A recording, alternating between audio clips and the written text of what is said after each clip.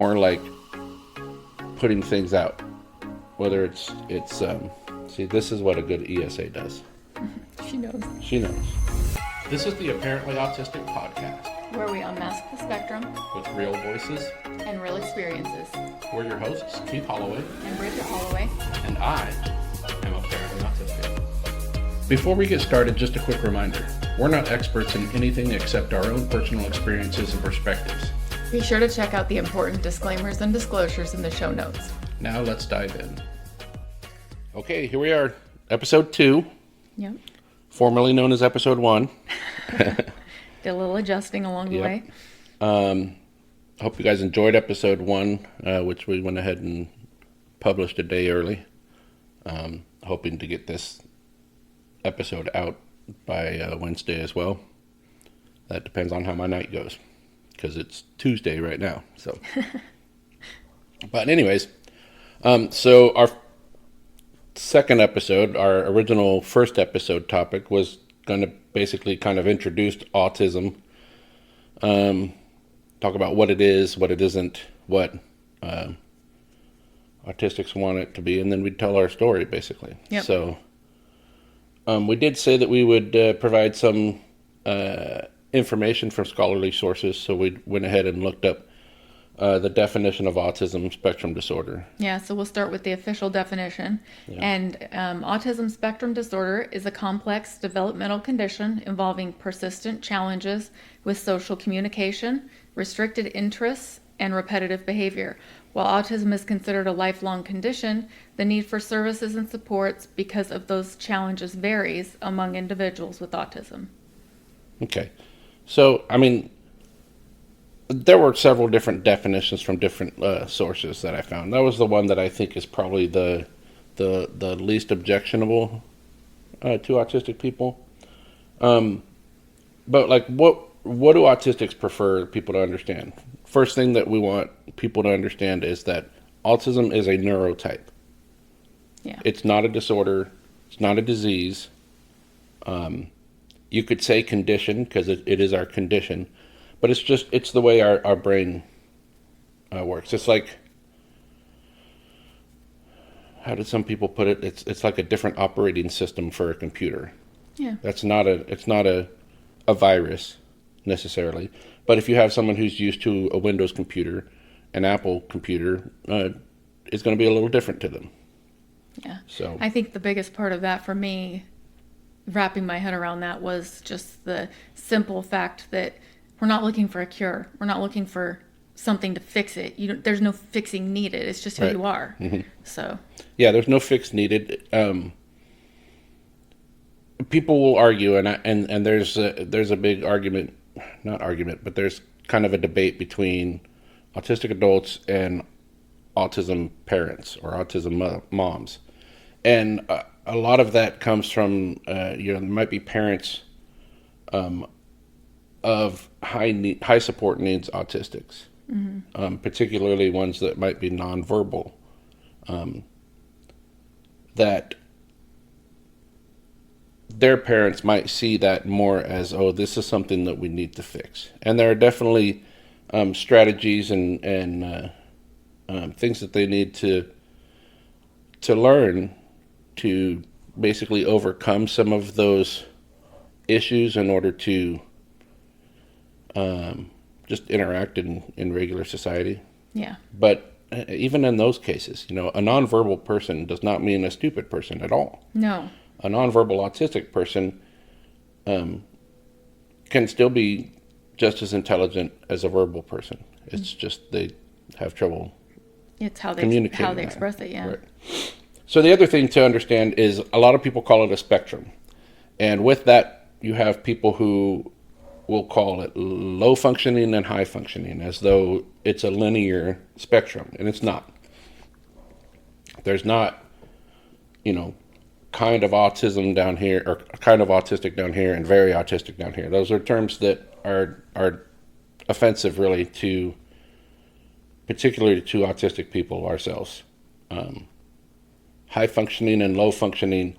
Low functioning, if you use that, then it's easy to dismiss someone who's low functioning. Oh, they can't do much. And high functioning, strangely enough, is just as easy to dismiss someone who's high functioning, because basically what you're saying is, oh, they're doing fine. When in reality, high functioning basically means we have figured out how to mask enough and figured out strategies to navigate the neurotypical world enough so that we're not a problem for other people. Yeah. But that doesn't mean that we're functioning just fine like everybody else is. And we'll definitely go into that. Yeah. One of the things you said to me early on was that kind of resonated was high functioning is not high functioning, it's high masking. Yeah. It's a constant effort on your part. Yeah, and it's exhausting. Just navigate a day. Yeah. Yeah. That's the big thing that I wish people could understand. Yeah. So again, the needs and the difficulties, they're going to vary from person to person, and they'll even vary with that same person. And you can vouch for that.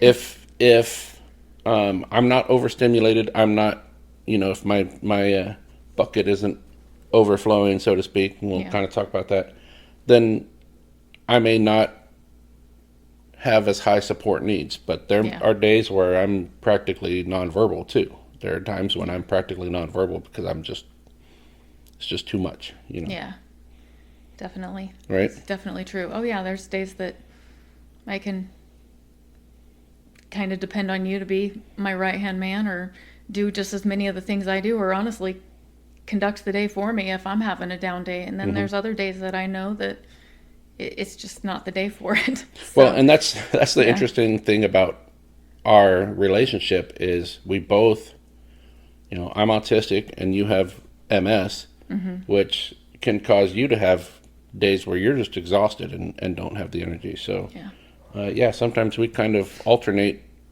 who needs to put in a little more than the 50% that day or whatever.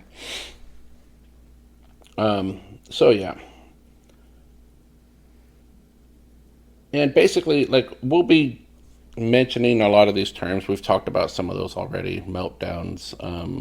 I think we talked about those on the last episode. But we're going to cover a lot of terms on here that we will go into deeper in individual episodes. In the future, Okay, so we'll get into our autism story. All right, so I was diagnosed in November of 2021, right? Officially, right. And thank you, Harvey. And that was after how many years would you say? How long would you say it had been that I was actually deeply researching it, pretty sure? Because there was kind of a time where we were I might have Asperger's. Because there were things that just that kind of made sense. We started looking into what is the deal. For instance, we both had the same attorney for our custody cases, and he always made the comment that if I emailed him, he knew it was going to be long and very detailed, and he would always print it out and just sit back and read it. And it was kind of funny, but it was I knew that was me. I just didn't know what connected that, what was the cause of that, or whatever. Yeah, or that it was that far off of normal for anybody else. You didn't know. Right. That's not just what people do. Well, I started to figure out, obviously, that I was a lot more detailed about stuff. And I chalked that up to, I just want to make sure people understand me. And that really is what is going on up here for us. The strange thing is that it seems the more we work to make sure people understand us, the less they understand us. Unfortunately. So we went through that. I went through a phase where I was just trying to figure out, figure myself out. And one of the things I looked into was the different personality types too. Oh yeah. And did the test, and I was the INFJ T, I think it was the last little bit, but either way, basically an introvert, a caring introvert is something along those lines, and that matched. It made sense. but it still felt like that wasn't The getting all of whole, it, you know, yeah. wasn't. And so, yeah, when I really I started to kind of lightly read up on autism, Asperger's, or whatever. And when I started Lightly. to, well, it was lightly at first, but then once I started to see the connections, then I dive into it, Yeah, it was and a really rapid. yeah, and then it was like, okay, yeah, this is. I would say I had almost a year of being pretty confident that I was, and thinking that that's all I would ever reach was just, I'm pretty sure this is what I am, because it is really hard for adults to get diagnosed with Yeah. autism. Mainly because anyone who can diagnose autism is hesitant to do it without all these long, rigorous, expensive testing processes. Well, that's what I was going to say. I think that it's important that we also talk about how you were diagnosed, Yeah. because a lot of people talk about testing, days of testing, and hours, and even months of a process, and money, like all the money that's involved, and insurance and everything. Like, there's so many hurdles to jump through, and it didn't look like that for us. No. So I think it's important to address that. And there's also, among the autistic community, and you may even have this in here, but self-diagnosis. There's self-diagnosis, and honestly, I think it's valid, because getting an official diagnosis sometimes in some situations is so hard, and I think that the Yeah. recognition still needs to be there. Pretty much the autistic community is very accepting of even people who are self-diagnosed, because we understand that it's really hard for some people to get diagnosed. It's just the diagnostic process was developed to diagnose children, and so some of these official people that put out, these are all the things you should do to diagnose someone. One of them is, you have to interview the person's parents at length. You have to interview their teachers at length. You have to like, it's literally stuff that makes it clear that this is aimed at children. Yeah. So, and I know that there are services out there that are getting better at doing those kinds of tests for adults, but it's still very expensive. Yeah. So, and we weren't really necessarily specifically seeking any kind of official diagnosis. Yeah. I think we were kind of in a place where I was just like, yeah, I'm pretty sure that's what it is. But I just didn't have that last little bit from a professional who actually had the authority to diagnose it, to say, yeah, you're autistic. Yeah. And we threw back and forth the ideas of, okay, what does it mean? It's a label, and it's something that we've pretty much already come to terms. Well, I don't know that we can say we've come to terms with it at that point, but something that we've already kind of thought is a real good possibility. But what would it give us? Right. Would it give us more resources? Would it help us with anything? Or would an official diagnosis really not make any difference other than just us knowing? So we kind of had to go through that, and I know a lot of other people do too. Yeah. There's a lot of people that will say, well, why label yourself? What's if it's not going to get you any services, then why worry about it? Yeah. And the best explanation for that I've heard is because it matters knowing that you're a zebra, not a weird horse. Like, that makes a huge difference. And that's pretty much what it comes down to. Understanding yourself is the biggest help there. It's the biggest accommodation, really. Yeah. Understanding, who you are, and then starting to be able to find resources that give you coping strategies and stuff like that. Like, Well, that was a huge part of it for me as the support partner, is like finding a way for you to find that balance. For you to find that balance, and for you to like have peace with it and be like the best you that you can be. Yeah. It's just like this inner conflict that we were going through, and I hate to see you go through that. I mean, obviously I'm going through it too, because we're in it together, but it's for me it was a big piece of, will it bring you back more to that equilibrium? Yeah, for sure.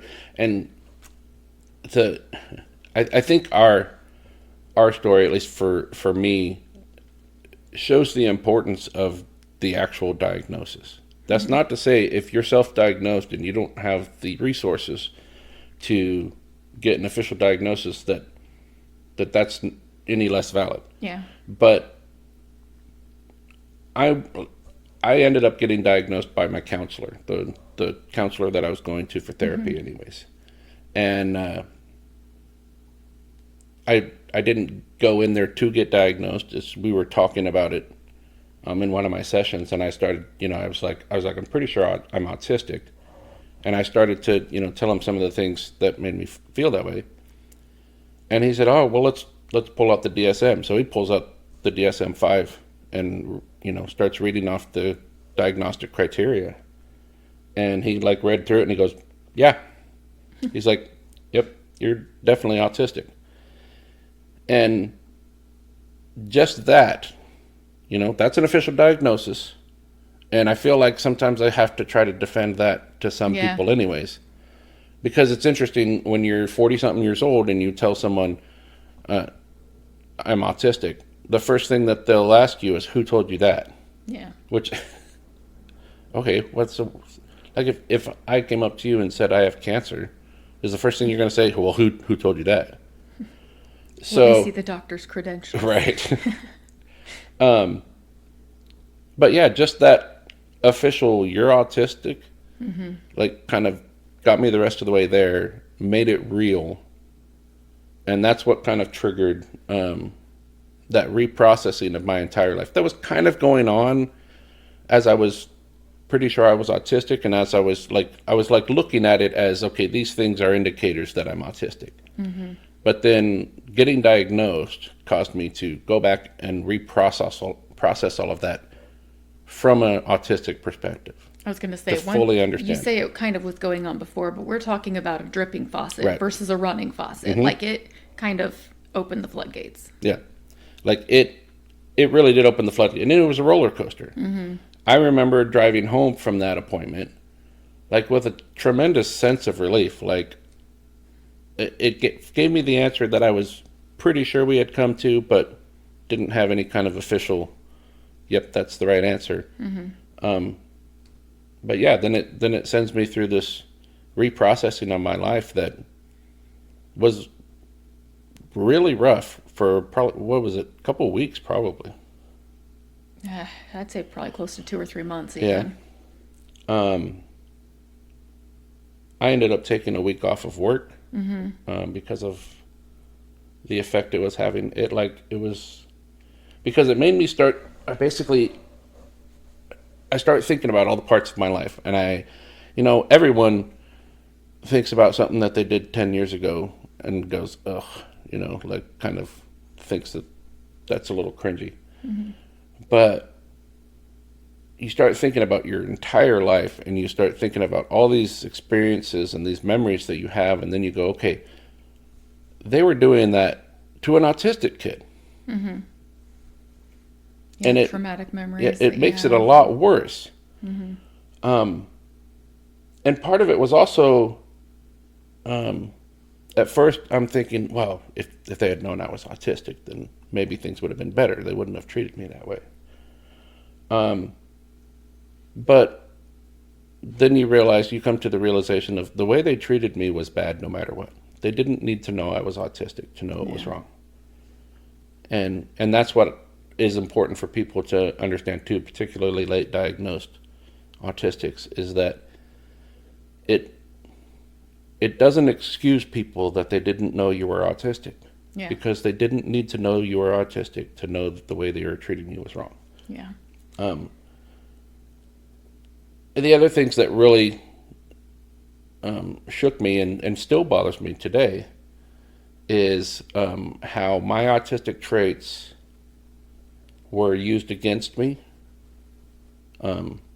Like times when I would melt down, oh, he's got an anger problem. Oh, he's a dangerous person or whatever, just from my meltdowns. Or they were used to manipulate me. Yeah. People who figured out that they could kind of control my mood, how I react to things. Mm-hmm. Basically use those to manipulate me. So, yeah, like I said, and it's hard to. I kept going back and forth between, well, they didn't know that I was autistic, so I can't say that they were exploiting my autism, but they were. They didn't have to know that those traits were autistic traits that they were exploiting. They still knew that if they push this button, they can get this reaction from Keith. Yeah. And it's not okay whether you know you're pushing a button that says autism meltdown or just anger. Yeah. No, it's interesting because this, like, just sitting here and thinking about all this takes me back to the first episode when we were talking about there not being diagnosis available when we were growing up, and me saying that there were, probably kids in my class that I could have pointed out to you that fall into the spectrum. And I think back to how I treated those kids back then. And even then, I was nice to those kids and didn't single them out. And I mean, even if they were excluded by other kids, I don't remember ever pushing them away. Yeah. So it kind of, I don't know, it's consistent. It's like, for me too, I think I kind of started to realize when I was in middle school that I befriended the people that seemed like they were kind of everyone else thought they were quirky and different.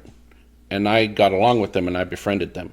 And I even had this thought of oh, I'm a good person because I befriend these people. And now I understand. They were just like you. Yeah, we're probably both neurodivergent, and we just got along and understood each other. And I, for some reason, didn't see myself as similar to them, even though these are people that I got along better with than everybody else. Yeah, it's just kind of funny. More the same way. It is interesting. Kind of funny how that goes. All right, so how did all that look or feel to you? When I was going through that, explain it so that another family member, support, wife, whoever. Yeah, it was just rough. It was you did all the initial, okay, this might be what it is. And in my mind, I'm going, it all fits. It makes sense. But I kind of let you navigate the journey if you wanted to go that route. And as you got deeper and deeper in, it became challenging to watch you go through it. Once you got the diagnosis, it was really tough because it did turn into reprocessing everything. I remember watching you go through that and just feeling so helpless. It's something you had to go through, but also how can I support and how can I be there? And I remember several times it was just literally being there, physically just being there. I would sit in my chair next to you and just be present. There was nothing to be said. There was nothing I could do.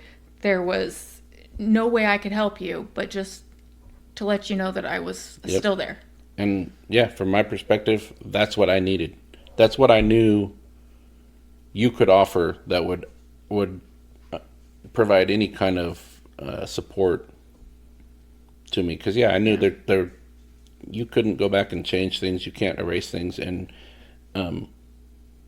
you can't and wouldn't want to stop the reprocessing process, because that's just a normal thing that people who get diagnosed late go through. Yeah. And since I was 42 or 43 when I was diagnosed, I had a lot to reprocess. Yeah. You're still considered late diagnosis if you're diagnosed as an adult at all. So 19, 20, you're still late diagnosed. And there's a lot to reprocess, I'm sure, because having to go through all of, public school all the way up through high school without knowing that you're autistic, without understanding yourself, that still is going to create a lot for people to process. Yeah. But especially when you're, over 40 and you've got all those years to reprocess. Yeah. And then one of the other things that I didn't even this didn't come up as me trying to reprocess anything. But I don't know what streaming service it was, but there's a movie out there called Please Stand By. And it's a really good movie. Yeah. And it's got Dakota Fanning in it. Mm-hmm. And she plays an autistic girl. They never actually come out and say that she's autistic. Yeah. But it's obvious she's autistic. Yeah. Like, that's the whole point. And I watched that movie. I started watching it the first time, and it was like a day we were both off. You were upstairs, I think, cleaning our room or something. And I was just already doing the reprocessing, struggling with that. And I started watching the movie, and it was like, it's a good movie. Yeah. But it was very, very emotional for me watching it. Yeah. For a couple of reasons. Number one, Dakota Fanning looked almost exactly like my daughter. Yeah. Like, she looks very similar to my daughter. And so it was kind of rough in the sense of, like, almost watching my daughter go through some of those things. Yeah. But the biggest thing, the way she portrays a meltdown, the way she portrays, going through that, she did it very well. Yeah. Like, she really portrayed it very well. And it was like, people say autistic people don't have empathy. I was having all kinds of empathy for what she was going through. I was feeling it. Like, people don't realize, we may not be able to read your tone very well. We may not be able to whatever. But if you're hurting, we're hurting with you. Like, it's not even, oh, we can. Like, we will. Yeah. Like, if you're hurting, we're going to be hurting with you. And it was like when she was in the movie going through these meltdowns. In fact, there's one point where she's having a meltdown and she just keeps saying, it's too late, it's too late, it's too late. And I can relate to that so much. That is something that will really, really trigger a meltdown, is the idea that it's too late for something that you needed or wanted really badly to happen. And now it's too late. There's no going back. Yeah. And yeah, I just remember I was watching that and it was getting really, really like emotional. And I texted you and said, I need you to come down and watch the rest of this movie with me. Because I knew I couldn't just leave it there. But I needed you there. Yeah. And like you said, basically all you did was sit there with me and watch it. Mm-hmm. But I needed you there. Yeah. And then we had to go back and watch the whole thing again so I could understand the movie. But it was definitely, I remember that. And there was another time during that time period where, you said you took a week off of work. And I remember being at work one day, and I worked an hour away at the time, mm-hmm. and getting a text message from you that just said, I need you. And mm-hmm. I was able to drop everything I was doing. Thankfully, I had some great coworkers at the time that really were understanding, and like my next text to you was, I'm on my way. Yeah. Like, I just dropped everything and got to you as quick as I could. And I don't think we talked about anything that day when I got home. I think I just sat there with you. I think that was right around the same time I watched that movie. Might have been. Because I kept feeling like I needed to keep watching it. It was like a way of me processing things. Yeah. And the first time I watched it, it was like gut-wrenching. Yeah. But I needed to keep watching it to get through it. But yeah, speaking of you leaving work to come and me taking a week off, like, we were very, very fortunate. Oh, very. Yeah. That we each had jobs that we could get away with that. Mm-hmm. And my job, like, my counselor is the one that said, if you need to take a week off, take a week off. And I basically was like, I don't think I have the time. I don't think I had the paid time to do that. I said, would you write a note for my employer telling them I need the time off? And he's like, I'm not sure that they'll take a note from a counselor saying you need a week off. Mm-hmm. But they did. Yeah. And I didn't have to go into details why. I didn't have to go into, what was going on. They just knew that a counselor told them I needed a week off. So they, I got the week off. Yeah. And yeah, that was definitely a lot of people don't have that luxury. There are a lot of jobs, especially for autistic people.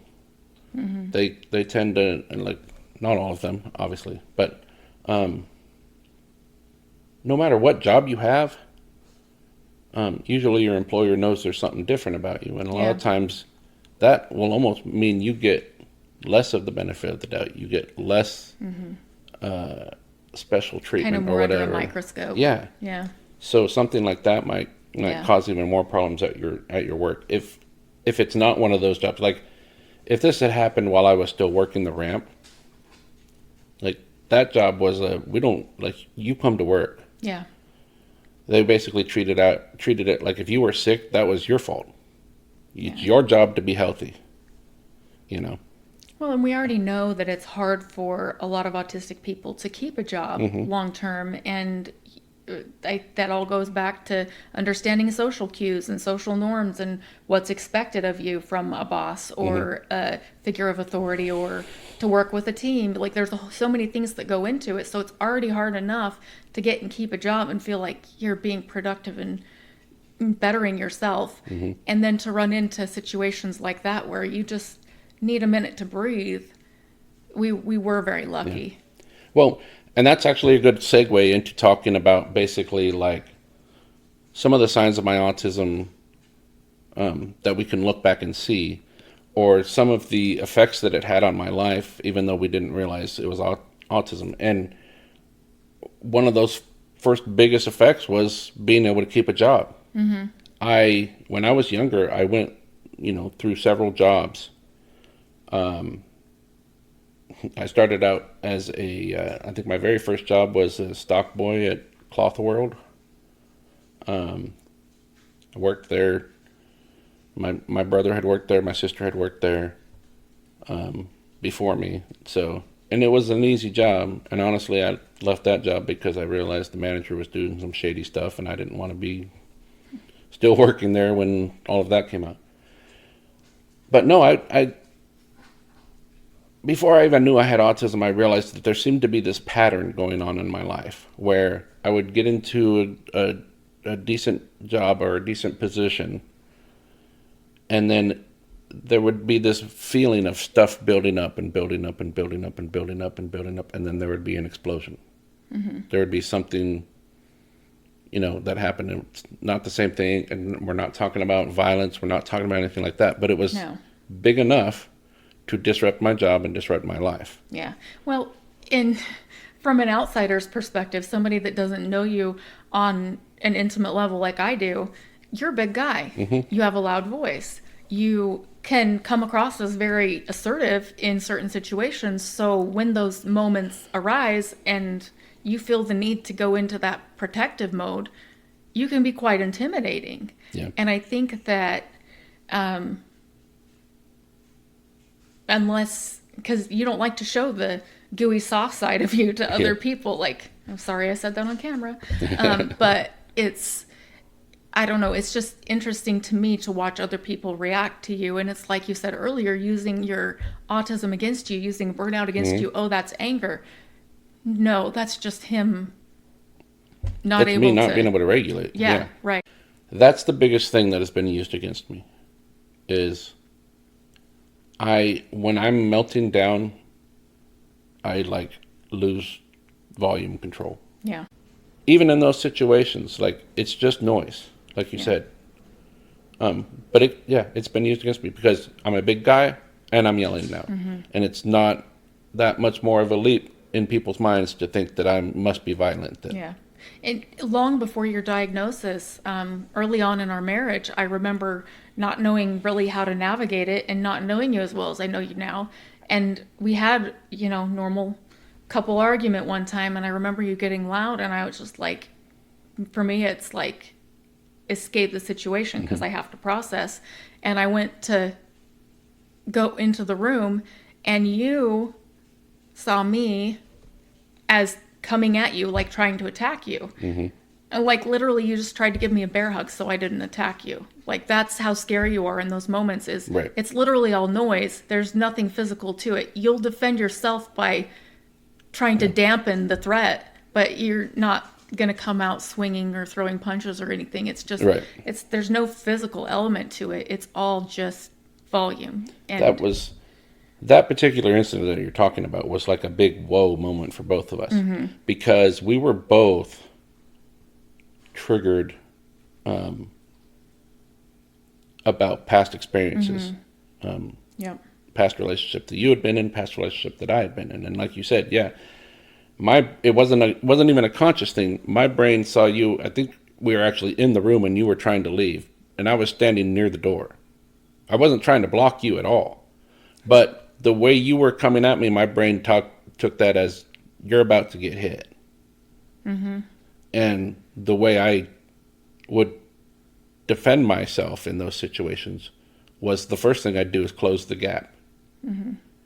If someone doesn't have enough swing room to get their arm or their fist really moving, then it's not going to hit as hard. Yeah. And yeah, one of the other things that I would do to defend myself is just bear hug the person. Yeah. Like, and to me, coming from my past, it was a history of abuse and feeling trapped and feeling, not just feeling that way, but actually being physically confined in some ways, and you closing the gap and me feeling like you weren't going to let me, through. It was just definitely a moment for both of us. I think it's a huge way that we learned to communicate through those things, because everybody has a past. Everybody it helped has us trauma. to understand to give each other some grace. Yeah, for sure. Because we know, especially by that point, most people probably don't know our story. We got married very quickly. I had been married twice before. You had been married before. We come from LDS background, Mormon, if you don't know what LDS stands for. And it's not uncommon to get married quickly. Yeah. In like the LDS culture. And we both, I think, were, you had 3 young boys. You're a single mom trying to deal with that. I had young kids. It was like, number one, we needed somebody. We each needed somebody, but it wasn't just anybody, obviously. Yeah. We weren't just running out there to do. But even so, we've told our kids, don't do what we did. Right. We lucked out. Yeah. And it wasn't we lucked out on the first try, because obviously, we'd gotten married pretty quick in our previous marriages, and those did not work out. Yeah. So even our own personal statistics say don't do that. Yeah. We just happened to luck out the when we got together that we each were who we were. Yeah.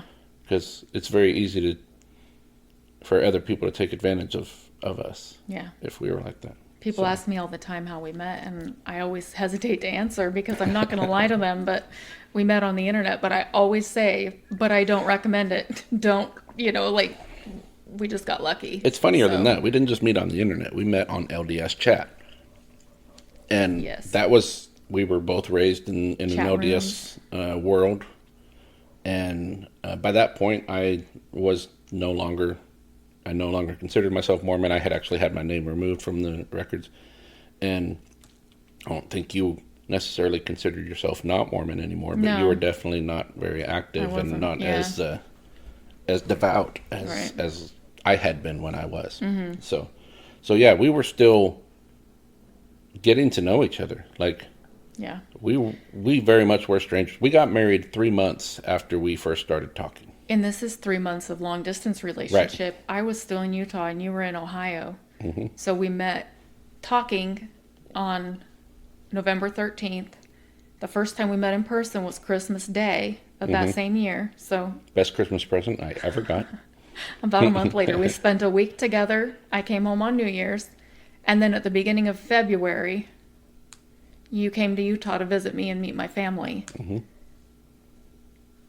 Was it the beginning of February?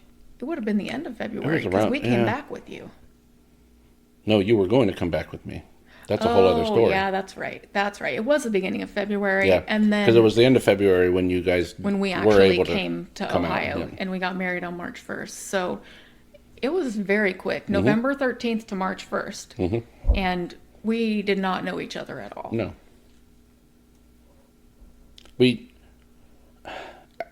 what we both did ended up working, but it only ended up working because we both were doing it. And basically what we did is we just laid all of our cards out. This is what I've got. This is the baggage I'm carrying.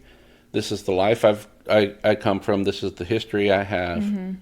We both just laid it all out on the table, and it was like, this is what I got. What do you got? Can we make something with this? Well, and I think your autism plays into that. We obviously didn't know at the time, but you were just like, I'm honest, I'm genuine, I'm authentic, and this is who I am. Yeah. And that's kind of just my personality too. When I'm in those situations, is what you see is what you get. Mm-hmm. Like, I'm pretty boring, basic person, but I'm not fake at all. Yeah. And I think that just worked well together. Yep. So anyways,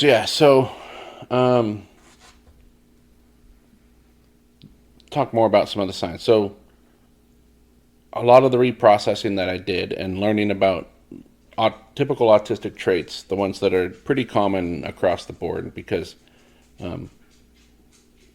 autistic experience is as varied as there are. There's as many different autistic experiences as there are autistic people. Mm-hmm. But there are some traits and some experiences that are common among them. One of the first ones is meltdowns, like we talked about. And the fact that those meltdowns were mistaken for anger. Mm-hmm. Or even rage. Mm-hmm. I used to talk about how one of the things that I used to be like, I got my anger problems from my dad. I got my anger management issues from my dad. And what that was, I believe I got from my dad, because I believe my dad's autistic as well. Mm-hmm. And he's undiagnosed. He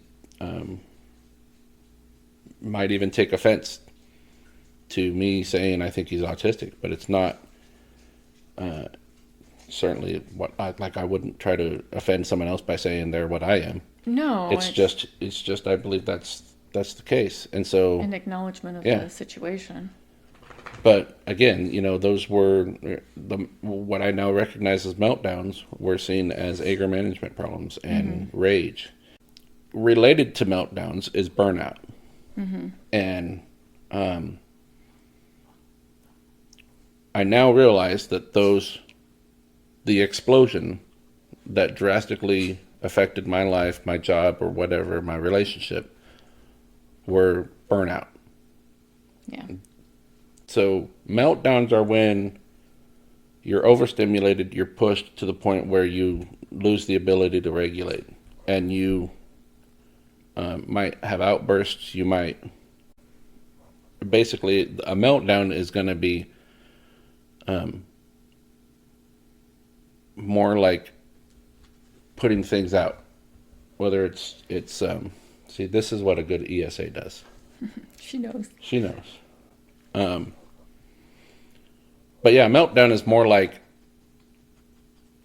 the anger's coming out, the whatever's coming out. It's more of an outward thing from me anyways. My meltdowns are that way. Once I'm in burnout, it's like I'm not putting anything out there. Yeah. There's burnout and there's shutdown, and those, for me, those are kind of similar. Burnout is almost like the phase between the two, kind of. Yeah. When you get into burnout, shutdown's not far behind. Yeah. Yeah. Yeah, those times when I would go into burnout, I didn't have the energy to do anything. I didn't have the desire to do it. And so that was always mistaken for depression and laziness, basically.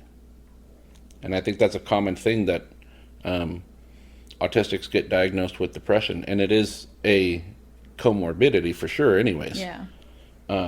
But I think a lot of times burnouts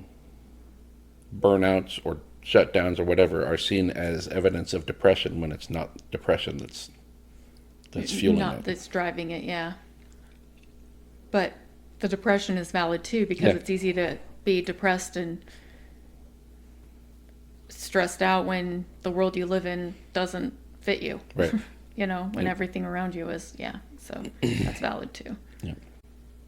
It's just there's definitely some overlap. And I think it's so important to see with so many of these autistic traits is there's overlap into like the anger and what you say. And earlier you were talking about being empathetic and feeling other people's feelings. I think there's a lot of, I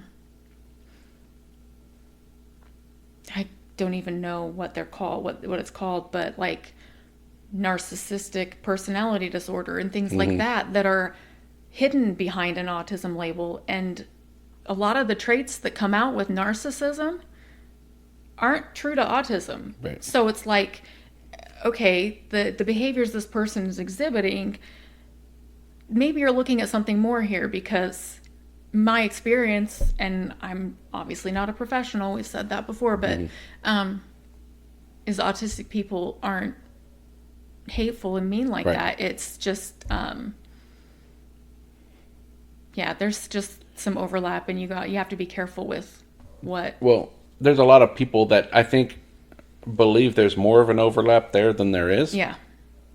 A lot of the stuff that I would read when I was first starting to, wonder, to think I was autistic, there were some things where people would like compare autistic people to narcissists. And there's some people that will say, well, autistic people they only care about themselves. They don't have the ability to care about other people. No, that's a narcissist. Yeah. That's not an autistic person. You get to burnout and meltdown because you care about everybody else but yourself. Exactly. And that's true. Like those times when I was in burnout, I don't like to say it like I'm trying to be some kind of martyr, but most of my life has been exerting effort for other people's comfort. Whether that effort is being exerted simply to, I didn't realize it then, but to not be who I was. Yeah. Because it wasn't comfortable for other people for me to be that, or whether it was me just sacrificing my needs or wants for other people's. Yeah. For sure. And, this isn't even necessarily in the order we were going to talk about it, but since you brought up the confusion between narcissism and autism, just a couple years ago now, I, was trying to get established with a new counselor in the area we live now that we moved to from Ohio. We live in the Dallas area. And I went to a first session with a counselor, and it was a man probably in his 70s. Didn't do counseling full time anymore, but still would have a couple of patients. And the very beginning of the session, I explained to him that I was autistic, that some of the things that I was dealing with was still, like certain people in my life still trying to use that against me, still trying to exploit that for their benefit and my detriment. That's still the case today as we speak. But even from him, when I said, I'm autistic, well, who told you that? Well, my counselor diagnosed me. And he said, oh, it seems like that's just the trendy thing to do these days. And that was probably 5 minutes into that appointment. And in my head, I went, I'm not coming back here. But I also wasn't at the point of getting up and walking out yet, necessarily. And the rest of the appointment was pretty good. It was kind of a typical counseling appointment. And at the end, he announced to me, as though he was doing me a favor, as though it was good news, that he didn't think I was autistic, because I clearly cared very deeply for my family and my children, and autistic people only care about themselves. That's what he told me. And I was like, okay, see ya. Yeah. Because that's how misunderstood it still is, that a person in the mental health community has such backwards misconceptions about it. Yeah. And it's interesting because I actually reached out to my brother. My brother's a clinical psychologist, and asked him, shouldn't people better understand that? And basically what he said was, there's no topic requirement for their CEUs that they have to get. They can get CEUs in any specialty, any specific aspect of psychology out there. So like, there's nothing saying that anyone has to read up on autism. Yeah. Which is kind of yeah. Yeah. But anyways, so some of the other things that we noticed, big one, black and white thinking. Yes. This is one of them that it's best explained from your perspective, I think, because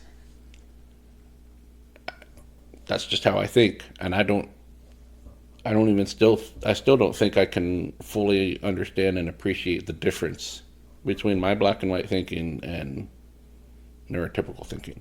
Yeah. So, yeah, what are some examples of that? I'm going to give that you even saw like early on? I'm going to give a really funny example. Okay. And it seems silly, but it's very much a perfect example of black and white thinking, and there's a lot of different ways that you exhibit it. But my favorite example, and I had to learn this early on in our marriage, was playing Phase 10 with Keith. Oh. Mm-hmm. I grew up playing Phase 10. My friends, my family, we just played Phase 10 a lot. So if you're not familiar with the game, when you have 10 cards in your hand, and every turn that you take, you pick up a card from the stack, so you have 11, and then you try to get your set, which is 10 different phases, so whichever set you're on. And if you do get your set, you lay it down on the table while you have 11 cards in your hands, because that's during your turn. Mm-hmm. And then once you discard, your turn is over. Mm-hmm. So at the end of your turn, you put a card that you don't want anymore face up on the pile. Well, there are times in that game when, say, you're going for a run of 9, and you have 11 cards in your hand, but you have a run of 11 in your hand. You have all 11 cards in order. A run, so like 1, 2, 3, 4, yes. Whatever. Yeah. Cards in order. So, if you have that in your hand, and that's your phase, you cannot lay down 11 cards on the table because you didn't end your turn by discarding. You can only lay down a run of 10, and you have to discard one of those. Well, you can't. So for me, it's Phase 10. You have 10 cards in your hand. You cannot have a run of 11 in a game where you're only supposed to have 10 cards in your hand. See, we've That's been my through line. this. Yeah. And it's part of it is, you didn't finish your turn. But the other part is, like, to me, saying run of 11 in Phase 10 is like saying I win poker because I have 5 aces. You can't have 5 aces. And you can't have a run of 11. It's just so funny to me, but it's a perfect example of black and white thinking. She still does it just to pick at me. I don't. Anyways. I really try not to when I'm playing with you. And the kids have even asked, what's the big deal? And I'm like, there's really not a big deal, but when you're playing with Dad, that's how it's done. And it doesn't make a difference whether you lay that card down in front of you or put it on the discard pile. You still went out in your mind. So just do it the way that Dad's mind can resolve it. Yep. So, because you can't have a run of 11. Anyways, that's just a perfect example of the black and white thinking. And that's what I thought of when I saw that. I was like, that's totally my example. But I mean, there are more serious things that we deal with in everyday life. Well, there's a lot of black and white thinking of right and wrong for me. Yes. And I have, it's something that in some ways I'm like kind of beginning to understand that and trying to be better about that. And in other ways I'm like, no, you guys are still wrong. Yeah. Neurotypicals are wrong when it comes to this. One of those things has to do with the truth, honesty, dishonesty, or whatever. There seems to be like this unwritten rule that a certain level of dishonesty is not only okay, but sometimes is what you should do. It's how you should be. Being too honest is sometimes seen as rude sometimes. Yeah. I've lost friendships because I was just I was just saying what was true and saying how I felt, and it wasn't meant to put anyone down. I was just being authentically me. And, oh, well, how dare you talk to me like that? How dare you say something like that to me? And I'm like, okay, what did you want me to lie to you? Well, apparently, that's the expectation in the neurotypical world. Yeah. But in the neurodivergent world, why would you want me to lie to you? Right. The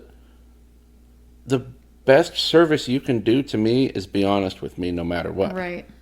Like in my mind, if I'm saying something that's wrong, I want to be corrected. Mm-hmm. If I'm really wrong, because I want to know that I'm wrong and I want to be able to correct it. I don't want to be saying something that I strongly believe is true and isn't, and for people who are hearing me say it to know that I'm wrong but not say anything about it, because in that case they're just, oh, he's wrong, he doesn't know what he's talking about. Yeah. And like, no, correct me if I'm wrong. Yeah. No, I think it's funny, like even in our marriage, like there's some questions that women ask to men that aren't safe questions, like, do these pants make my butt look big, right? And it's funny to me because your experience in navigating relationships and marriage has taught you those situations. Mm-hmm. So when I ask questions like that, you're really good about like turning it into kind of a joke. Usually that's what you do. It's either like danger, danger, or it's a trap. Yeah. And then I know, okay, that wasn't a reasonable question for me to ask. So we're able to navigate those situations, but you still, even if you turn it into a joke, you won't lie. No. Because But the funny thing is you might say, does this outfit make me look this way? And it's not a question in your mind. It's not, does it make me look ugly or whatever? Mm-hmm. If you ever ask me, does this make me look ugly? I can tell you the answer is going to always be truthfully no. Yeah. Because I can't see you that way. Right. You know? Yeah. But... Well, I know that, so I know there's no point in me asking that question. But if you're asking me that, usually it's in a case when we're about to go somewhere. Yeah. So, in my mind, you're asking that question because you want to know how you'll be viewed by other people when we're out and about. Right. And again, in my mind, the best service I can do for you is answer that honestly. To be honest, right? So that you understand, so that you can make a decision as to whether you want to change something or whatever. I don't care. Like, it, I mean, when we've gotten, spiffed up and dressed up nice and gone to like the orchestra or something, like I love that. You're gorgeous when we do that. But you don't need to do that for me to, to still think you're beautiful anyways. You react the same way when I had long hair and pulled back in a ponytail and put on jeans and a t-shirt. Mm-hmm. Like, so you've always been really good about that. But yeah, no, I'd much rather somebody say to me, hey, did you know that shirt has a hole in the back of it? Right. Before I go out in public and then realize it when I get home later that night. And I'm like, oh my gosh, who saw this? Yeah. And now I feel stupid. Yeah. I've always told people, like, if my zipper's down, if I have something in my teeth, tell me now. You might not want to tell me because you think I'll be embarrassed. I'm going to be a lot more embarrassed when I get home at the end of the day and find out I've been walking around with my zipper down for who knows how long, and I don't know how many people saw it. Yeah. That's a lot more embarrassing to me than one person going, hey, your zipper's down. Because that's happened to everybody. Yeah. And I can even turn that into a funny situation, like, oh, dude, sorry. Like, like it just kind of is what it is. But I'd rather know now than find out later that a lot of other people probably knew and I was just walking around clueless about it. Mm-hmm. I think that's a big theme in my life is I don't like looking back and realizing I was clueless and other people around me knew it. Yeah. And you've said to me before that it makes you feel like a chump. Yeah. And that other people see you that way. Yeah. And nobody wants to feel that way. Right. So that's definitely a good talk about the black and white thinking. Another thing, special interests. Mm-hmm. Special interest is definitely a very common thread, not even just with autistic people, but like in the neurodivergent, ADHD or whatever. Mm-hmm. It's pretty common. And I definitely had special interests. I definitely had, I understood pretty early on that if it wasn't something I was interested in, my brain was not going to engage in it. And that is a very big autistic trait. Yeah. A lot of people, I hate my job, but, I just do it so I can get by. I cannot do that. Yeah. It will not work. My brain will not engage. I, at one point, tried majoring in finance and management, or was it? No, finance and marketing. Nope. And then you did hotel and restaurant And then I management. did hotel and restaurant management. That was a no. That was slightly better than the other two, but still nope. And like, yeah, I didn't care. Like, I didn't have the ability to engage.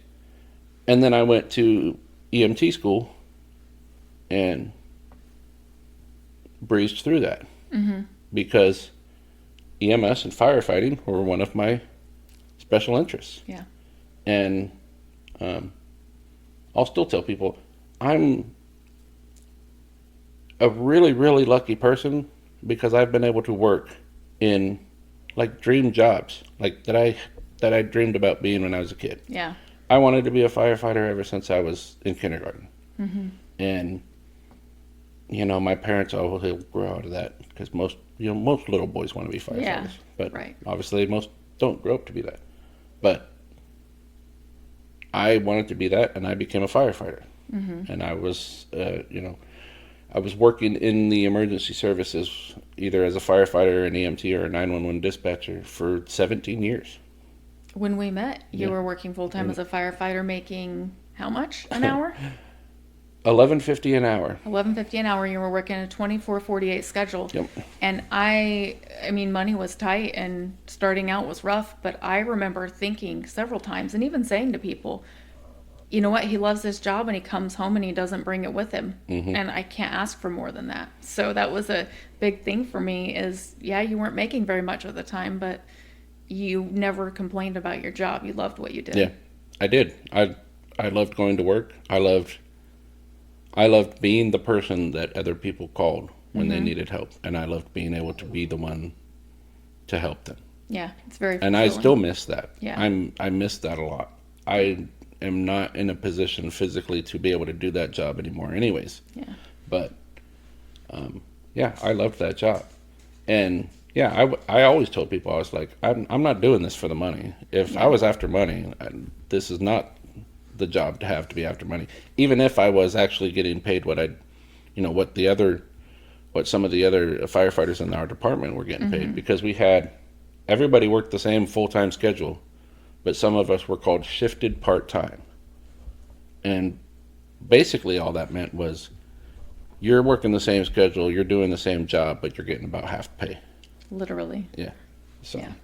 but even if I was in the other position, it's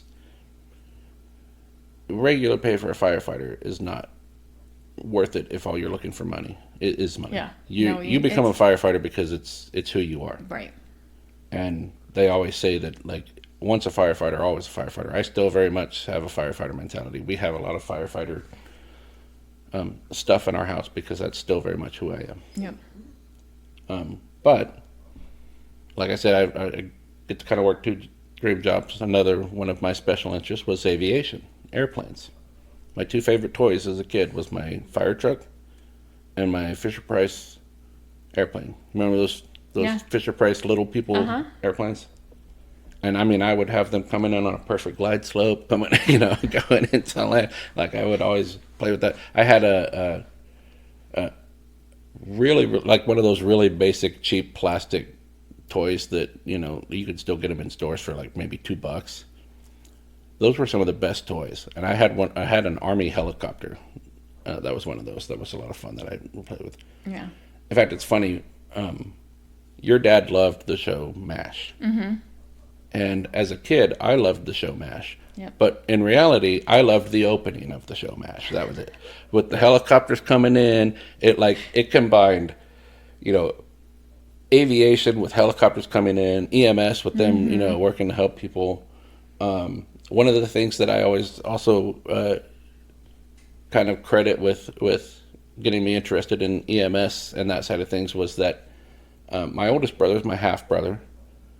From my dad's first marriage, and his mom was a flight nurse with the local Life Flight, and she would, come over after her shift to pick up Brian, and she'd come in and sit and talk with my parents for a little bit. They actually had a pretty civil relationship and would talk, and so she'd come in her flight nurse uniform with all the little, scissors and all the shears and everything. And I just thought that was cool as shit. Like, I thought that was so cool. And I wanted to be wearing the pants with the scissors and the shears and everything. Yeah. So you got some of that in EMS, but yep. Not the flight part of it. No. Yeah. So yeah, some of my other special interest, music. Music's has always been one. A huge one. Yep. You love recording, singing with the kids, and like breaking songs into different parts and recording them, and and that was another trait about that I didn't even realize was different than most people. Was the ability to I can listen to a song and like pull the parts out, hear all the different parts instead of just. And I remember one time you saying that's not normal. You really? And I'm like, what are you talking about? And you're like, I just hear the song. Yeah. I'm like, so it's just all one big thing to you? And you're like, yeah. And I was like, yeah, no, that's not how my brain is doing it. And you don't just do it with singing, but you do it with musical instruments too, which is. Yeah, I can listen to like an orchestra, and I can like pick a part to focus on, and it's almost like I can pull that part out and I can listen to it, and the rest of it's going on, but it's like it's almost like in my head I've turned the volume down to everything but like the trumpet in this part or whatever. Yeah. And it's also helpful because I used to also like to play with MIDI on the computer. I had like a software called Noteworthy Composer, and I would just listen to songs and then write them in the Noteworthy Composer. Yeah. From listening to them. So I could listen to the song and pull out the different parts and write each different part on its own line, and then have it play the song through MIDI, and it's basically the song. Yeah, you know? And as in-depth as you go with music, it's very interesting to me, and I want to point this out, that you also play some piano songs from memory, but you don't read music. No. You read rhythm because of your years of playing percussion. Because I was a percussionist, yep. But you don't read like music. Like musical notes don't come to me. Yeah. Yeah. I can look at it and I can go, that's an A, that's a whatever. I can't read and play it. Read and play it at the same time. Yeah. Before you move on to the next thing, I want to bring up, because it's funny too, special interests, trying new special interests has always been, he knows where I'm going with this, has always been a fun thing, but usually he knows that that's what he wants to do, but he has always enjoyed watching Bob Ross paint. And I think it was during COVID. I think it was during COVID, he went on a Bob Ross stretch. Him and one of our sons really got into watching Bob Ross, and he went, I think I could paint. And so he makes it seem like his whole shtick is painting is easy. Yeah.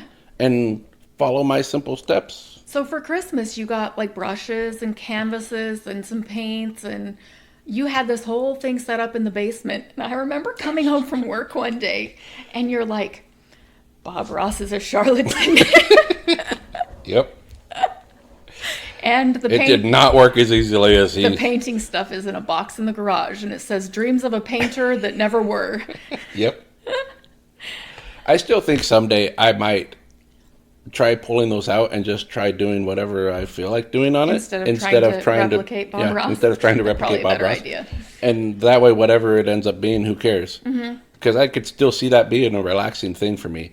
But it would only be a relaxing thing for me now. Like back then, it was like, nope, get all this stuff out of my face now. I'm frustrated. I was expecting the vision you had of it was so much. I had this idea of how it was going to look, and like, oh, I'll be able to look like I actually know what I'm doing. Nope, I do not, and I couldn't even fake it. Like, it was great. That's see. As the years have gone on, we've realized that I'm not just autistic. I'm probably what we call ADHD. So there's a mix of autism and ADHD. So when you have that, you have special interests, but you also have some special interests that are like, hey, that seems cool. Let me get into that. Nope. Yeah. All right, let's go on to this. So like I have special interests that are never going to go away. But I also have things that will pop up that'll be like, like even the kids will be like, oh, so you're on that kick right now, and I'll be like, yep, apparently. And it may or may not last very long. Who knows? Yep. So, and yep, painting specifically trying to paint like Bob Ross. That was one of those things. Yep. Oh, goodness. So another one of them was rigorous rule following. This is very close to the black and white. That's kind of why it's like, rigorous rule following. Yeah. And it's not just like for games. No. But like for everything almost. Yeah. Probably except the speed limit, but nobody ever really fully wants. I'm not as bad as she is, but. Wow. But no, it's like, it's not even just that I feel like we should all follow the rules, but a lot of people don't. But I've also learned that if I'm trying to figure out, okay, autistics always feel like there's these unwritten rules that everyone else seems to understand, that we're like, where is this rule book? Please show it to us so we can understand it. But that rule book doesn't even apply to us anyways. Because there have been a lot of times where I'm like, oh, so this is the rule, but this is what everyone really does. Okay, I'll just do what everyone really does.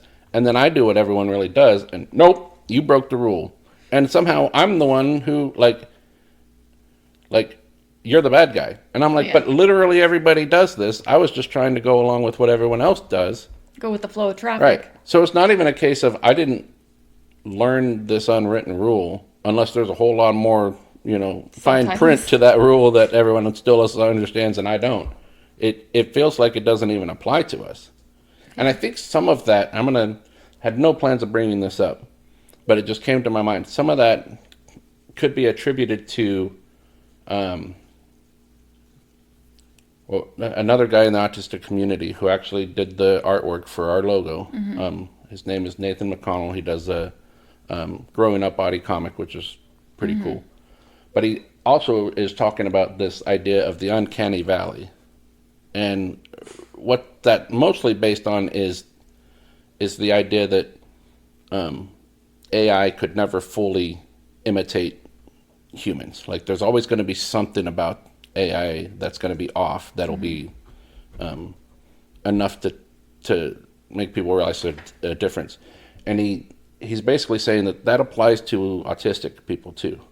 Like, we don't even have to be around someone for very long. We don't have to interact with them for very long. Sometimes it's just we walk into a room and there's just something different about us to some people. And that something different makes them react different to us. It makes them watch us closer. It makes them, whatever. Like he talks about times where he's walked into a store and somebody like almost literally gasps because there's just something different about him. And he's not like, Quasimodo walking around. He's a normal looking guy. There's nothing that should do that, but it's I think that kind of plays into that. So it's almost like even if I'm trying to follow the rules that everyone else in society seems to follow, the people that are going to enforce those rules are like, there's something fishy about you. So we're not even going to you have to actually follow the rules and not, So. Interesting. So shout out to Nathan. I already told him we were doing this and gave him a heads up. So. Yep. Okay. Yep. Next thing is masking. This was a huge thing. So, masking is basically where it's what autistic people do, whether consciously or subconsciously, to get by in a neurotypical world. Mm. And basically, there's different kinds of masking. There's either just like pretending to not be bothered by stuff. Some people, when they mask, they basically kind of just mirror the mannerisms of the people around them. Yeah. It's not uncommon for autistic people to start speaking in the same accent that the people they're around, and it's not even a conscious thing. It's like, you start talking with someone who's very Southern, and you start getting a drawl in your voice, and you don't even realize it. Yeah. I get that sometimes because I grew up in Houston and I grew up in the South, and so sometimes my drawl comes back if I'm around other people that are Malla. She wants to play. Yeah. But realizing that, I remember trying to explain to other people, this is how the world works. None of us really feel this way. We just pretend to be this way. And that's just how you get through the world. And then I learned that's not actually the case. Most people aren't actually faking that. Like, that's just how they are. Again, like in my case, I think it was mostly, not a conscious thing that I was doing. It's just adjustments to fit in. Yeah, but it's exhausting. Yeah. It is so exhausting. And I didn't even realize how exhausting it was until I realized what was going on. All I knew growing up is that I was just always exhausted. I couldn't understand how does just existing seem to take so much more energy and be so much more difficult for me than everybody else around me. It must be something wrong with me. Oh, I must have some kind of character flaw. But it's just, I was having to exert so much energy just to exist. Yeah. And once I realized that's what was going on, and to some extent stopped doing that, it's when I realized just how exhausting it was. Now, I still have to do that at times. Yeah.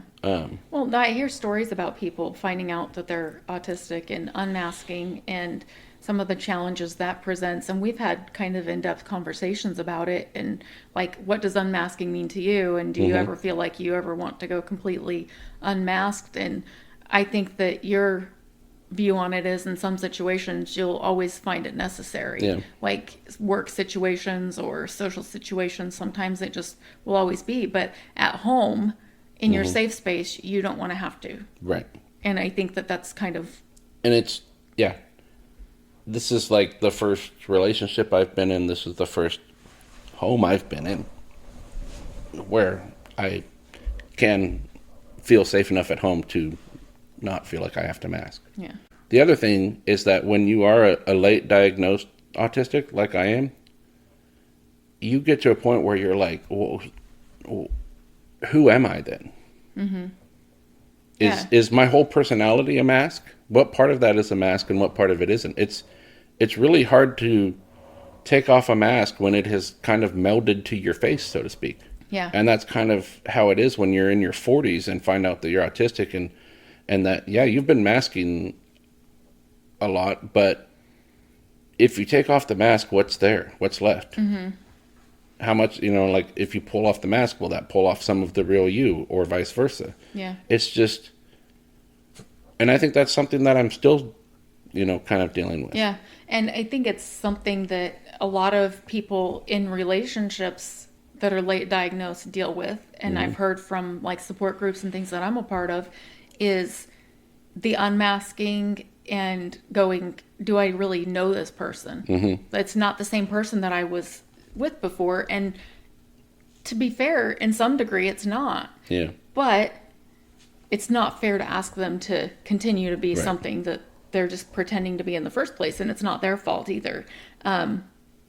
But it's been one of my real fears going through this is I never want to ask you to mask or be something that you're not, especially at home. And what does that look like? Like, is that somebody I don't know? And is it going to become that? And obviously it hasn't. We've kept the lines of communication pretty open through the whole process. But in some situations and a lot of real life relationships, that is a problem. And that's a challenge that people deal with. So I definitely feel like it's worth mentioning. Yeah. Yeah.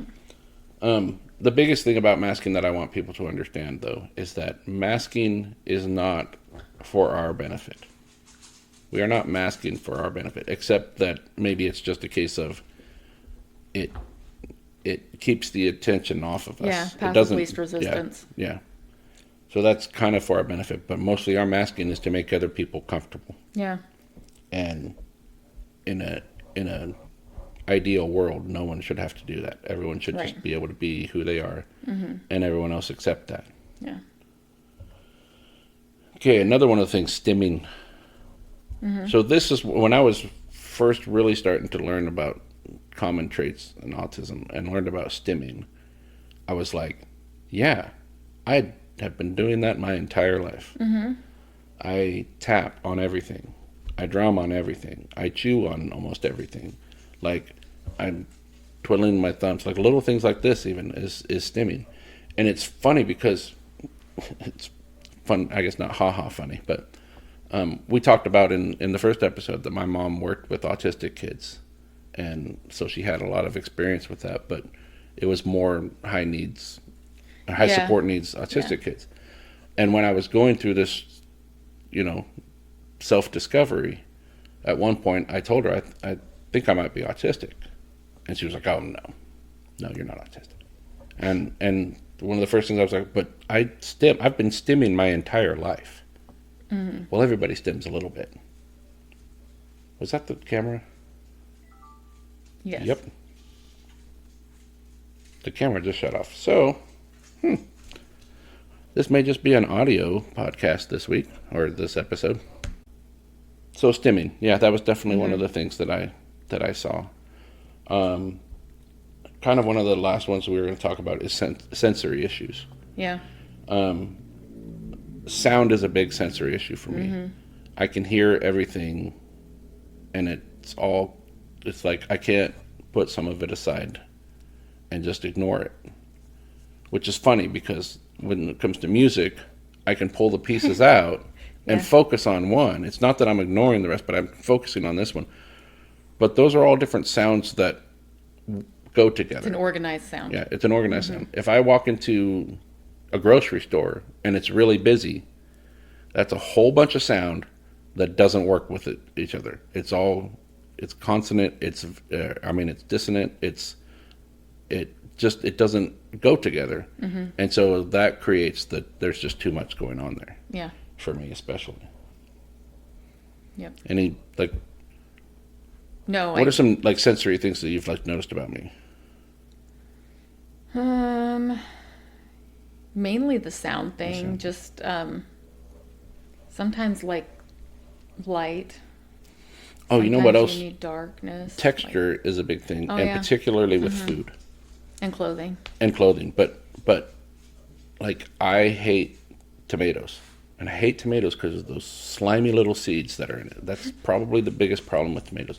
That's why if I ask for a sandwich and I ask them to not put the tomatoes on, and they do it, I've learned to go back and be like, you put tomatoes on this, I need a new sandwich. And they'll reach for the sandwich that I have, and I'll be like, I'll hold on to this until you make me a new sandwich, so that you don't go behind the wall and just take the tomatoes off, because it's still going to leave those slimy little seeds on there anyways, and that's what I don't want. Yep. I have no problem with ketchup. I have no problem with tomato sauce. I have no problem with almost every other tomato soup. Is I love tomato soup, but just not fresh tomatoes. Cannot do fresh tomatoes. Yeah, I can even handle stewed tomatoes. Can you do salsa? Yep, salsa. Yep.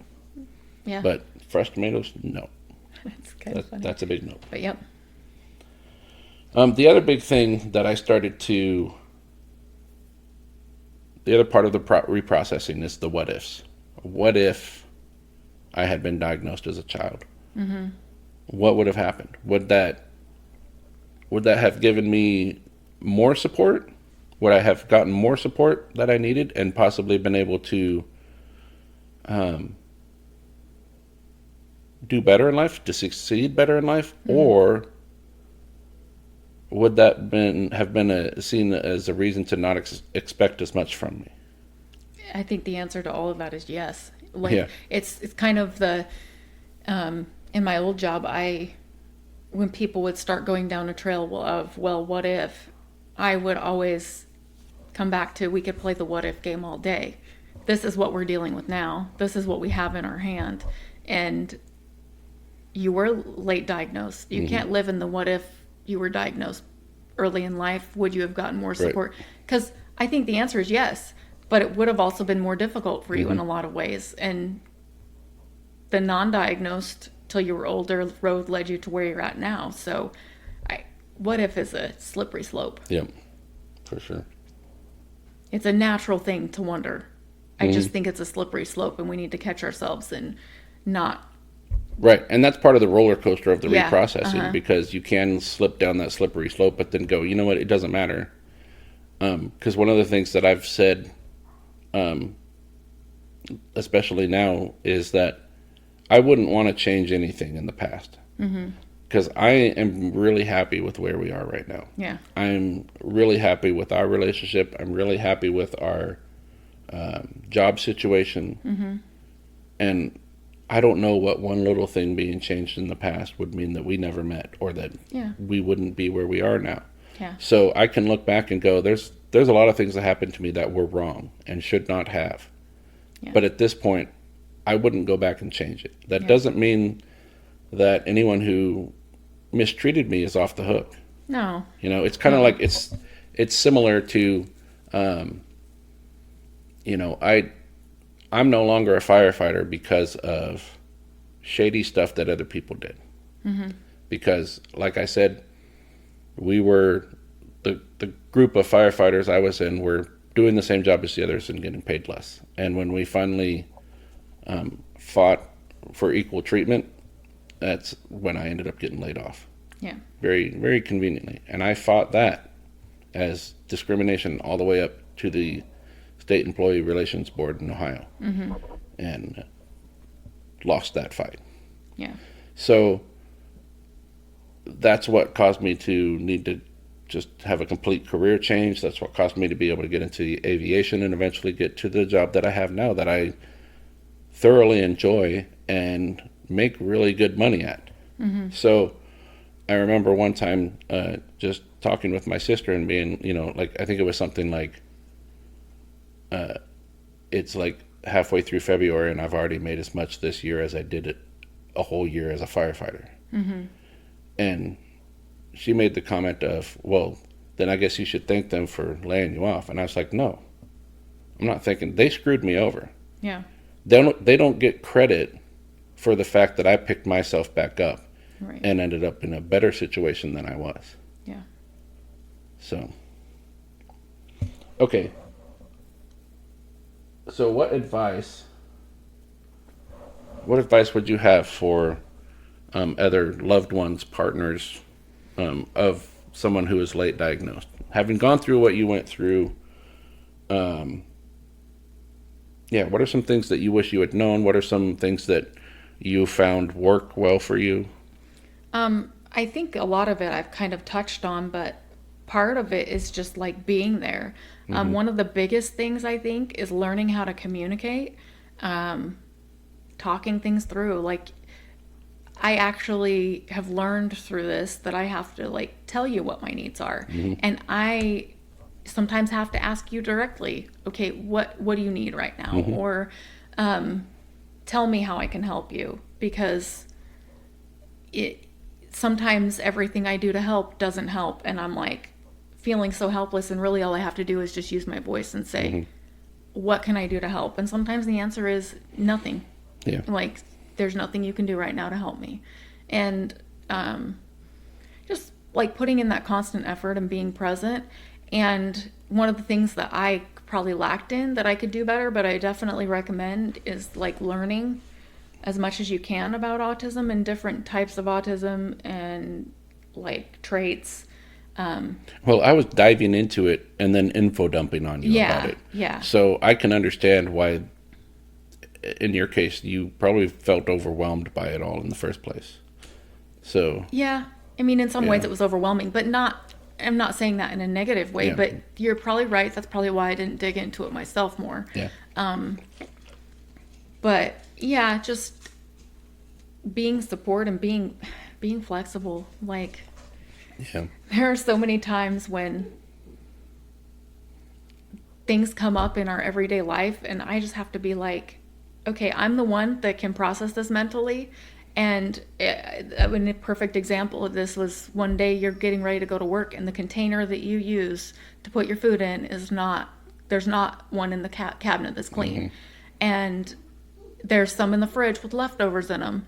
And you can't use the bigger container because it doesn't fit in your lunchbox right, and it's not part of your routine. Mm-hmm. And so my mind, my non-autistic, non-having a near meltdown mind goes, okay, we'll move the food in the fridge, in the leftovers, into the bigger container and wash the smaller container so you can take it to work. Yeah. And, like, just stepping in some of those situations and being like, you know what, I can make this better. I can help this Yeah. instead of making it worse. Like, oh, just take the bigger container. Like, there's no reason to fight those battles Yeah. sometimes. It's just, I can make your day easier and it makes my day easier. Let's just solve this problem. Yeah, because that's another autistic thing that's very common is we like to know what's going to happen. We like to have the plan. We like to, like, we have expectations for how things are going to go based on, just how we think it should go or how it normally would go. So when something that simple, like, it's like a roadblock in my brain, it was like a roadblock. Yeah. And stepping out of it and not actually facing that right now, but being able to look at it from the outside, I understand that to someone who isn't autistic, they could go, "You're just being ridiculous." Yeah. And it is. There's a level of ridiculousness to it, but it's just how our brain works. Yeah, you're just. And not I processing remember it the just same way. that was just a roadblock. It was just okay. Now, Once I stepped in and solved it, you were Yep. like back on track. You Yep. were fine. So it's, yeah, like little things like that. I mean, they seem little, but I think it's important also to find like balance, self-care. Like, as the partner, you have to also prioritize taking care of yourself, and it can be a tricky balance to navigate, but it's important to like keep your voice and make sure your needs are known. And it's okay for you to have needs too, even though you're dealing with this very specific autistic thing and your partner has very specific regimented needs. It's okay for you to have needs too. Yeah. And you can work through those together and figure out what that looks like, but it's okay. Yeah. And it's okay to get counseling, and it's okay to take medications if you need help, and it's okay to talk to people. And the only thing I would caution is a lot of times, just remember, like, support groups, things like that. People go to support groups because they're having a hard time and they need help. So you kind of have to take it in perspective of what it is. And support groups are great, and they've been a lot of help to me when I have questions, or even just to learn like different things and things I don't experience. But you have to remember where people's mindset is when they go to places like that for help, and don't go down a rabbit hole of this is bad and use blanket statements of it's all bad. And like, remember your situation and your reasons, and like focus on actually what's relevant to you. well, and focus on, again, no two autistic people are exactly alike, first Right. of all. So you might be seeing people talking about their experiences and be like, oh no, this is what I have to look forward to. Not necessarily. Yeah. I think support groups are kind of a mixed bag too, because they can be very helpful. You can get strategies and advice and tips from people who have gone through similar things. But there's another kind of set of people that go into support groups, and it doesn't matter what the support group is about. There's some people that go in there because they just want a place where they can complain, Yep. and they're not looking for solutions. They just want to complain. Yeah. Either they just want to complain, or they just want a place where they can justify not actually dealing with whatever they're dealing with. Yeah. And so you've got to be careful about that too. Yeah. I think. Well, and it's okay to expect the same amount of effort back that you're giving. I think that I've been pretty clear about that. It's like, you tell me to make you a sandwich jokingly, and I laugh about it because I know Yeah, that you you know I'm never, just kidding. you never ever expect me to make you food. Like, there's been times when I've offered to make you food, and you've been like, "Oh, I you don't still have feel to weird do about that." that. It's Yeah. But I mean, it's just because you put in the same amount of effort as I do, and we kind of meet in the middle there. Yep. And I think that that's important. That's a big piece for the relationship, is as a support partner in the beginning, during the reprocessing, and while things are kind of, you're figuring things out, you might be giving a little more, but it's okay to expect it to come back to normal and be getting as much from the relationship as you're giving. Like, that's okay. That's normal. That's healthy. So work through whatever you have to work through to find that balance. But I think it's important that you don't lose yourself in it. Yeah. I think the biggest thing, and this might even sound cliche because it's so true about so many difficulties or issues or whatever, is just the communication, especially when you're talking about autistics. Because I remember, and this was even before I was diagnosed, but I remember we were having a disagreement about something. Basically, it was something that, like, you were frustrated that I didn't do, and I was frustrated that you didn't ask me to do it. So Yeah. how can you be mad at me for not doing it? Mm-hmm. And I remember you were like, I shouldn't have to ask. And I was at least at the point where I was starting to understand myself, not understand that this is because I'm autistic. Mm-hmm. But I remember saying, I'm sorry, but you have to ask me. Yeah. Like, I need you to actually communicate with me and ask me, because I am not going to pick up on it. Yeah. I'm not going to pick up on these subtle clues. I'm not going to pick up on, like, I need you to directly say, will you do this? Can you do this?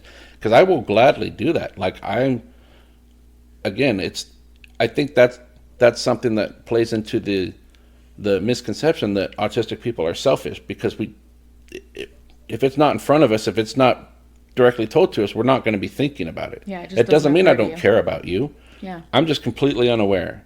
And the fact that I'm unaware doesn't mean I don't care. It's just I do not have the ability to be. But once you make me aware, Mm-hmm. then yeah, I want to do what I can to help you. I want to do what I can to whatever it is that you need. Yep. And it goes both ways too. If you need something from your neurodivergent partner, communicate that to them. Yeah. Yep. You know, and yeah, that communication is so important, and that's explicit communication is a big thing for autistics. Oh, it's huge. You have got to just say what you mean. It's one of those things that I still do not understand how that's the norm, quote unquote, to not really mean exactly what you say and not say exactly what you mean. Yeah. And that's why a lot of autistic people are misunderstood, because we're saying exactly what we mean and everybody else is trying to interpret it through this. Nobody actually says what they really mean. So what is he really saying? Yeah. And it's like, no, listen to my words. Yep. That's exactly what I mean. If there's more that I want you to understand, that would also be coming out as words. You know? Yeah. Yep, definitely. So. It's the communication, like you said, is just, it all comes down to understanding each other better. And it's funny to me because I was just thinking about what you're talking, love languages. Our love languages are completely different. Yeah. And we've even had to have those conversations and communication, and discovering that, because my love language is touch. And that's hard for autistic people a lot. Yeah. You're pretty good at it with me. And you also now understand that even though your love languages are different, and sometimes your needs are different, if I walk by you and put my hand on your foot and just stand there for a minute, you understand that that's me sending you love in my way.